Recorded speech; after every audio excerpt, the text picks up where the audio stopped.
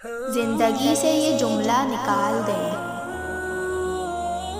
کہ لوگ کیا کہیں گے، کیا سوچیں گے، لوگ میرے بارے میں کیا باتیں کریں گے۔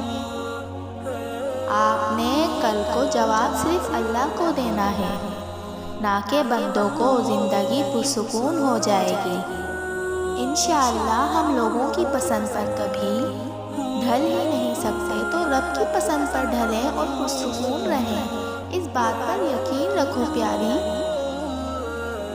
کہ تمہارا رب انسانوں کی طرح نہیں ہے کہ تمہاری کسی ایک خامی، تمہاری کسی ایک غلطی پر تمہارا اخلاص فراموش کر دے، تمہاری اچھائیاں بھول جائے، تمہاری معافیاں نظر انداز کر دے۔ وہ قدردان ہے، بہت قدر کرنے والا ہے، خواہ وہ کسی آنسو کی قدر ہو یا گناہ کے بعد کسی ندامت بھری معافی کی، یا اس کی محبت میں مسکرانے کی۔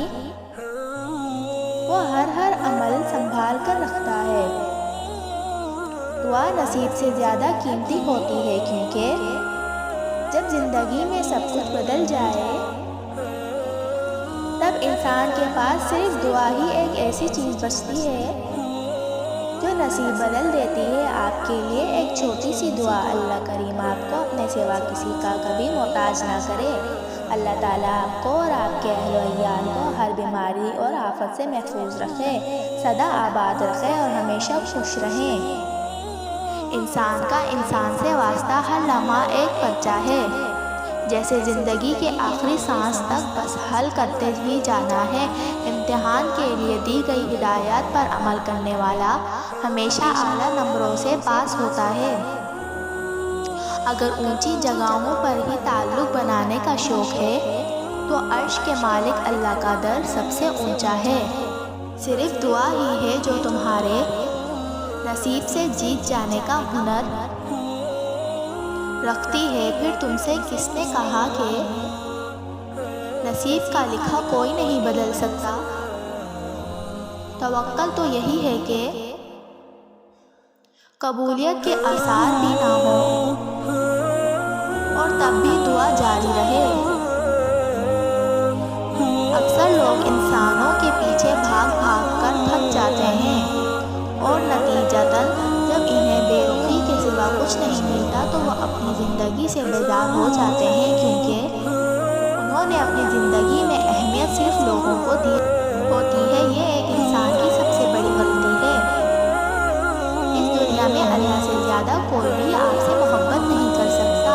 اس مالک کو راضی کرنے میں مصروف ہو جائیں، آپ کی زندگی پرسکون ہو جائے گی انشاءاللہ۔ آنسو بھی اللہ پاک کی نعمت ہے، اگر یہ نہ ہوتا تو دل کی اداسی کو کہیں جگہ نہ ملتی۔ کیا آپ چاہتے ہیں کہ اللہ سبحانہ و تعالیٰ آپ کی حفاظت کرے، آپ ہر وقت اس کی پناہ میں ہو، ہر شے سے اور شیطان کی شر سے تو کثرت سے ذکر کرنے والے بن جائیں؟ آپ کو کیا لگتا ہے کہ اگر آپ کا رب نے آپ کو آزمائش میں ڈال رکھا ہے تو کیا یہ آزمائشیں آپ کو رلانے کے لیے آئی ہے، آپ کو تکلیف میں ڈالنے کے لیے آئی ہے؟